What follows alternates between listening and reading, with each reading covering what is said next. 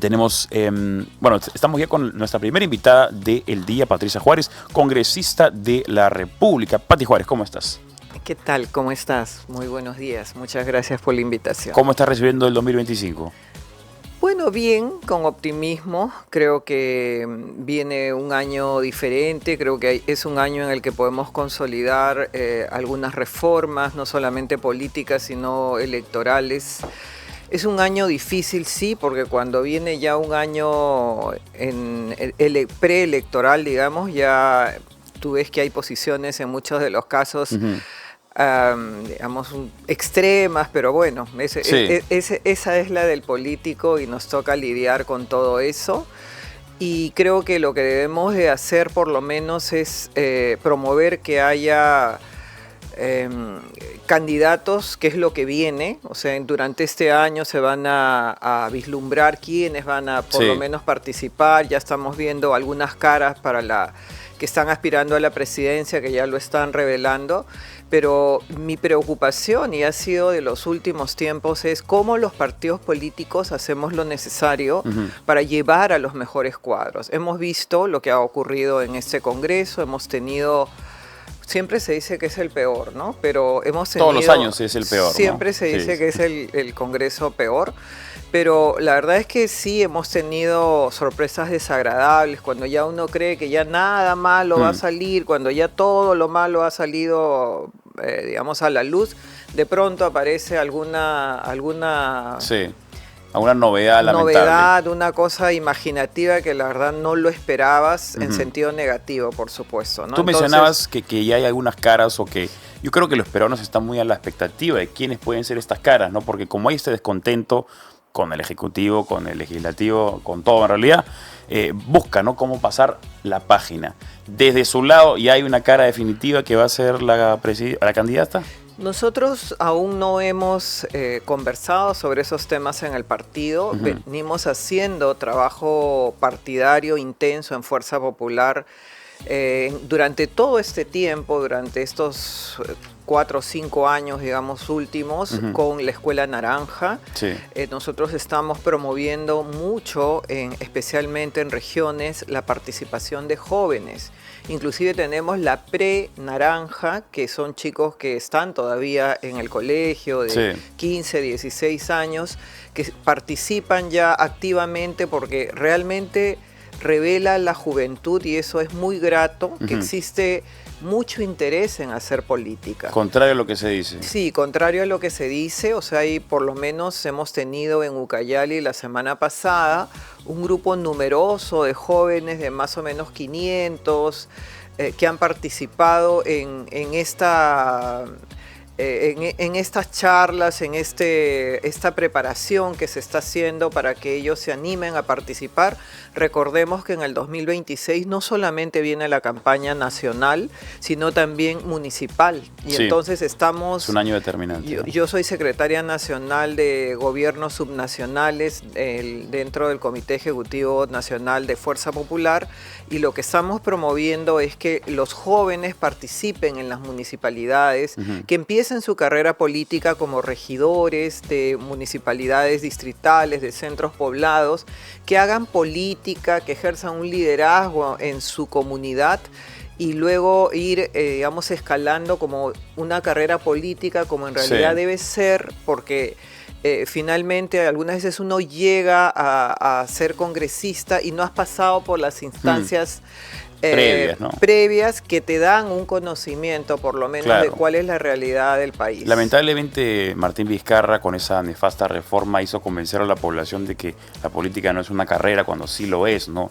Y desincentivó a la población a querer ejercer esta necesaria carrera que es la política, ¿no? Porque ¿cuál es el imaginario, cuál es el supuesto si no eliminamos el Congreso? Que hay un monarca. O sea, tenemos que vivir en democracia siempre. O sea, es más allá de las imperfecciones que hay en nuestro sistema y en todos los sistemas en general. O sea, no es solamente el Perú. pero es la forma idónea de vivir. Tenemos que tener elecciones cada 5 años, tenemos que tener elecciones municipales cada 4 años, tenemos que elegir a los mejores candidatos y a eso debemos de aspirar los partidos. ¿Keiko va a ser la candidata? No sabemos nosotros, ella es quien debe decidirlo conjuntamente con sus hijas. ¿Su hermano también? Bueno, yo creo que desde el punto de vista familiar siempre es una decisión que involucra a todos. Nosotros, por lo menos yo, que conozco a Keiko, sé que nosotros nos hemos perdido una gran presidenta durante estas últimas elecciones en donde lamentablemente ella no pudo llegar a ganar las elecciones por razones que todos sabemos y conocemos, pero yo creo que Keiko es una persona que tiene mucha experiencia política, es una persona que ha pasado y hace política desde los 19 años, desde que su padre accedió por primera vez a ser presidente y conoce muy bien cada lugar del país. Yo creo que ella tiene la firmeza, tiene la convicción, el compromiso para poder asumir, pero obviamente depende de ella la decisión. El año pasado fue un año difícil, obviamente, para ella y para todos los de Fuerza Popular por el fallecimiento del expresidente Alberto Fujimori. Me da la impresión de que ella el duelo lo sigue llevando o cómo está llevando esa pérdida. Bueno, Keiko hace trabajo activo en el partido. O sea, ella todos los días despacha, todos los días ella toma decisiones, porque la verdad es que una bancada en el Congreso, un partido que está creciendo, en donde estamos tratando de llegar a más personas haciendo política activa en regiones, requiere de un trabajo, de una organización, de un liderazgo. Y eso es lo que hace ella todos los días. O sea, Keiko es una persona que se reúne con mucha gente que viene a verla de regiones, con muchas autoridades, alcaldes, mucha gente que siempre está o considera que ella, digamos, debió haber sido la presidenta de la República, que nos perdimos realmente 5 años de crecimiento, nos perdimos 5 años de estabilidad, de decisiones firmes. Tal vez el combate contra la criminalidad, digamos, no estaría en la situación en la que está ahora, porque tendríamos esa mano firme que se requiere. Esa encuesta que se ha compartido en Perú 21, a ver si me apoya nuevamente poniéndola en la televisión, pero seguramente esa ahí. Bueno, hay una otra, esa de ahí, donde sale que Keiko Fujimori tiene 12%. Por cómo van las cosas, probablemente 12% ya sea suficiente como para pasar a la segunda vuelta. Me imagino que han leído esta encuesta con cierta felicidad o esperanza ustedes de Fuerza Popular. ¿O cómo? Bueno, quienes estamos en política hace mucho tiempo... Saben que una encuesta no dice nada. No, y aparte que algunas veces, digamos, el estar primero en las encuestas no es lo mejor. Claro. O sea, Forsyth estaba primero por bastante tiempo y al final ni siquiera pasó la valla, ¿no? Sí, en realidad no, pero en realidad sí es una encuesta que responde a las expectativas de los ciudadanos. Nosotros obviamente la recibimos con humildad y agradecemos, pero sí creemos que se ha hecho un trabajo serio durante este tiempo, que esta bancada ha tratado durante estos 4 años de estar libre de escándalos, de estar, cuando hemos tenido un problema con una congresista en nuestra bancada, inmediatamente nosotras hemos denunciado y hemos inclusive votado por el desafuero. O sea, en realidad hemos sido drásticos en sancionar. ¿Te refieres al caso donde tú fuiste la víctima? No, en el caso de Cordero, ¿no? De María Cordero, claro. No, en el otro caso también, por supuesto, levantamos absolutamente la voz e inclusive ese congresista ya no esté en la bancada. O sea, Keiko se indignó muchísimo con ese caso como en el otro. O sea, lamentamos mucho que a pesar de la debida selección y además de la capacitación periódica que recibimos nosotros, siempre estamos cada 3 meses reuniéndonos la bancada, inclusive 2 o 3 días, y hacemos un trabajo de no solamente de integración, sino también de recordar a cada uno de los congresistas, digamos, cuáles son los valores que nosotros tenemos y cuál es la conducta que debemos de tener en el Congreso. Entonces hay un cuidado ya a partir de la experiencia que se ha tenido tenido un cuidado de cómo conservar una bancada, de cómo hacer que cada uno de nosotros, los congresistas, nos inclinemos por el trabajo hacia la comunidad, que, digamos, representemos adecuadamente y hagamos también un trabajo político, que es lo que corresponde en nuestras regiones. Si vemos las elecciones así de manera fría, como si fuera una casa de apuestas, ¿no? En las últimas elecciones a Keiko no le ha ido bien, o le ha ido bien, pero digamos en el último tramo no le fue bien, ¿no? Perdió las elecciones las últimas veces por pocos votos, pero no la ganó. ¿No han considerado ustedes hacer algo distinto en esas elecciones, como por ejemplo una unión, una alianza con otro partido político? Yo conversando con muchas personas, y eso es tal vez algo que se repite para muchas personas que tenemos una posición democrática y una preocupación ante un Antauro, Vladimir Cerrón, el mismo Guido Bellido, en fin, hay una serie de sospechosos habituales que podrían representar una amenaza contra el quiere democrático del Perú. ¿No han considerado ustedes una posible alianza como para darles ese último empuje? Porque, digamos, en las últimas elecciones, si se hubieran aliado con un Porqui, habrían doblado los votos de Castillo, ¿no? Y solamente viendo ahorita, en segundo lugar, aparece justamente Rafael López Aliaga, con 4 puntos, pero igual, bueno, hay como 40% de personas que no sabe por quién va a votar y no lo va a decidir hasta estar el día de la cola. Exactamente. Pero ¿no han buscado una alianza como para afianzar y asegurar esa victoria? Bueno, en realidad estamos todavía bastante tiempo, digamos, previo a las elecciones. Pero tampoco tanto, ¿no? Estamos No, claro, es que este 2025 ya como que comienza con ese ánimo, ya por lo menos quienes hacemos política, de que ya estamos en una etapa preelectoral. Sí. Pero no, o sea, te soy honesta en decir, sí es cierto que existe el ánimo, la propia Keiko y los directivos de nuestro partido lo han expresado así. ¿El ánimo para buscar una alianza? Sí. ¿O para analizar la alianza? No, el ánimo para buscar una alianza. ¿Con algún partido Sí, nosotros creemos que es tiempo, es momento, y dada la coyuntura y los problemas que existen en nuestro país, de la desintegración, de la proliferación de partidos, sí, tenemos que buscar, o sea, estamos en la obligación de buscar consensos y buscar alianzas con partidos democráticos como el nuestro. O sea, no descartamos en absoluto eso, que podamos ir tal vez 2 o 3 partidos, digamos, juntos en una sola plataforma. Sí. Había un proyecto de ley, si mal no recuerdo, era de la congresista Arina Tubela, que era para no castigar las alianzas, ¿no? Porque como ustedes saben, aquellos que nos están escuchando o viendo, cuando 2 partidos se juntan para llegar a las elecciones, la valla electoral aumenta. Esto acá desincentiva las alianzas, que es algo que deberíamos, por otra parte, incentivar más aún para evitar tener la cantidad de partidos políticos que ya tendremos, porque ya hay, si mal no recuerdo, son 42 confirmados que ya están inscritos, hay 10 más o 15 más que están en proceso de inscripción. Sería bastante lamentable tener un periódico prácticamente de 60 partidos a la candidatura, y hay que recordar además que va a haber 130 candidatos al Congreso y 60 al Senado. O sea, la cantidad de candidatos a una posición política va a ser exuberante. Sí, y el Parlamento andino, ¿no? El Parlamento andino también, tres, ¿no? Efectivamente. Digamos, tres claro, dentro de la cédula, y además se tiene que votar por el senador por distrito único y por distrito múltiple. Sí. Entonces va a ser compleja la votación. Y sí, lo que se ha aprobado a partir de varios proyectos de ley, entre ellos el de Adriana, fue que cualquiera sea el número de partidos que formen una alianza, solamente se requiere un 1% adicional. Okay. O sea, si son 7, 8, 5 o 2, se requiere un 1% claro, adicional. Claro. Antes era progresivo el castigo. Claro, que se requiere para pasar la valla.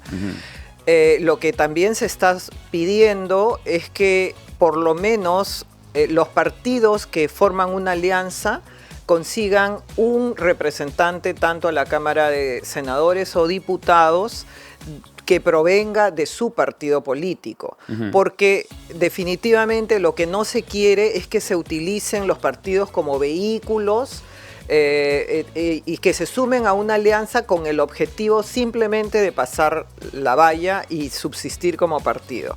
Recordemos que lo que vienen son las elecciones municipales y regionales. Eso de acuerdo a la información que nosotros tenemos, y hacíamos el cálculo, creo que en ese momento sobre 50 partidos, que tendríamos aproximadamente 400.000 candidatos, dada la proliferación de partidos y movimientos regionales que subsisten, porque no se ha eliminado a los movimientos regionales, porque esa votación no pasó. Entonces tenemos que la proliferación va a ser tal que lo que necesitamos realmente también es que haya como unos filtros a efectos de que los partidos tampoco se agrupen. Con la reforma de Vizcarra, que solamente eran 23.000 firmas, sí, y constituías un partido, y ahí está los problemas que tenemos ahora con la proliferación, ¿no? Hablando del Congreso, el día de ayer tú dijiste algo que podría ser interesante de explicar, ¿no? El Congreso podría funcionar con el 50% del personal que tiene. Esto un poco condice la crítica de muchas personas de que el Parlamento representa un gasto para el erario público. ¿Cómo puede funcionar el Congreso con el 50% del personal?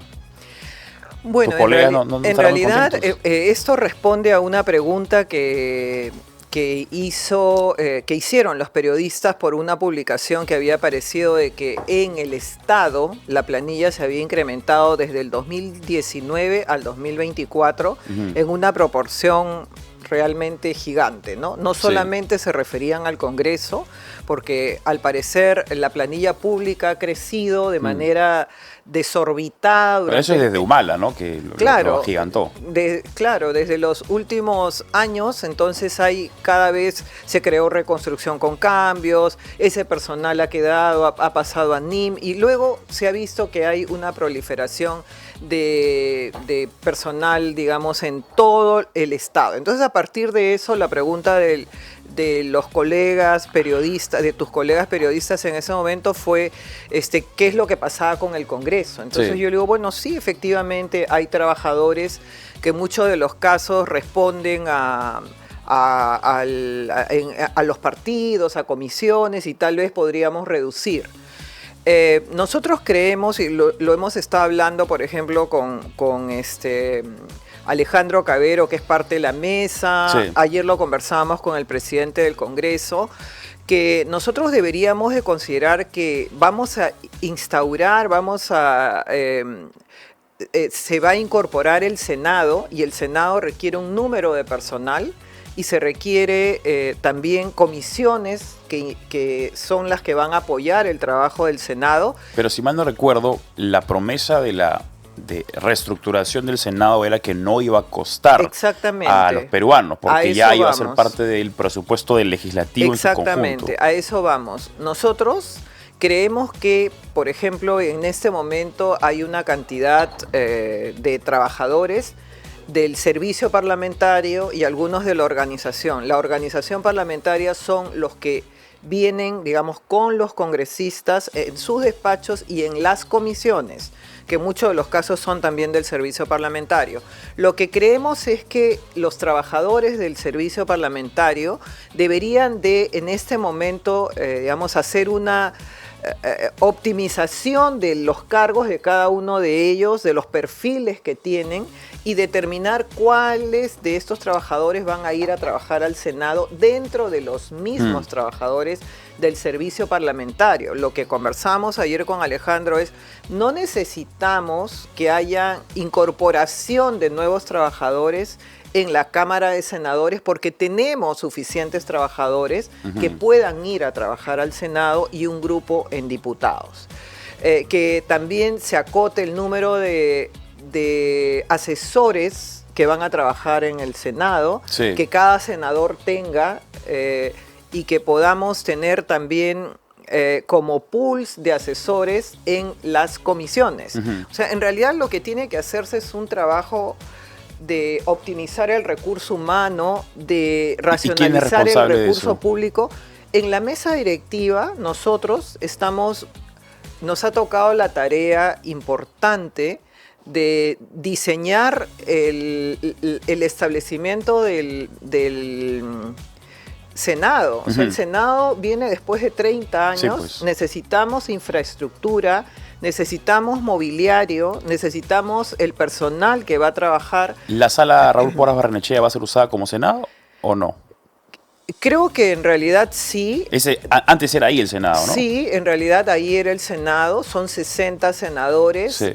Van a haber comisiones, tanto de, digamos, van a haber sesiones en donde algunos temas aprueben ambas cámaras. Sí. Entonces ahí van a tener que estar las dos cámaras reunidas en el hemiciclo.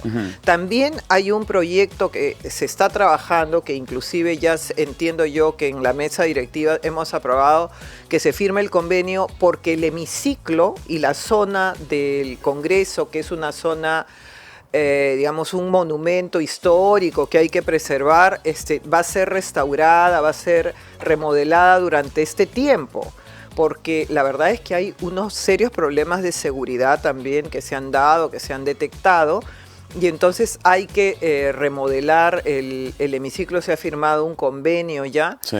Y tiene que hacerse durante estos próximos meses. Entonces hay un trabajo, porque también tenemos que determinar dónde van a estar las oficinas de los senadores y de los asesores y de las comisiones.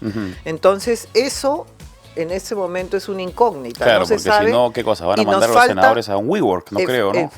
Claro. Imagínate. Y nos falta un año y medio, menos de un año y medio. Hay que ponerse las pilas, porque entonces, si no... sí, nosotros ya lo hemos estado trabajando en la mesa, hemos estado viendo opciones, la administración ha estado concurriendo para establecer, para que nosotros aprobemos cuál va a ser el plan de adquisiciones respecto a lo que van a ser el mobiliario, cuánto van a tener. Hemos pedido a la administración que nos presente, digamos, los requerimientos que se van a que se tendrían que implementar en los próximos años, ¿no? Entonces es una tarea compleja, pero que la estamos nosotros asumiendo. Bien. Patricia Juárez, congresista de la República, también primera vicepresidente del Congreso. Brevemente, ya para ir terminando, ¿tú vas a ser candidata a Cámara de Diputados, Cámara de Senadores? Bueno, ¿O por definir? No, por definir. En realidad aún no tengo claras las cosas. Nosotros somos militantes, somos, yo por lo menos antes de estar en Fuerza Popular estuve 20 años en un partido con Lucho Castañeda. Y la verdad es que siempre he considerado que uno de los aspectos más importantes que deben de tener los militantes de un partido es la disciplina y también la posibilidad de saber que en algún momento puedes estar y en otro momento no, porque así es de cíclica la política. Así que nada, esperaremos. Pero difícilmente tú no vas a ser considerada, ¿no? Si eres, has sido un ejemplo, digamos, entre Fuerza Popular, eres ahora primera vicepresidente, sería esperable que si fueras parte de las listas, ¿no? Agradezco tus palabras, pero siempre hay que esperar por lo menos yo tengo una cautela absoluta siempre en los actos de mi vida, ¿no? Así es, la cautela propia de los políticos. Muchas gracias, Pati Juárez, por esta entrevista. Vamos a hacer una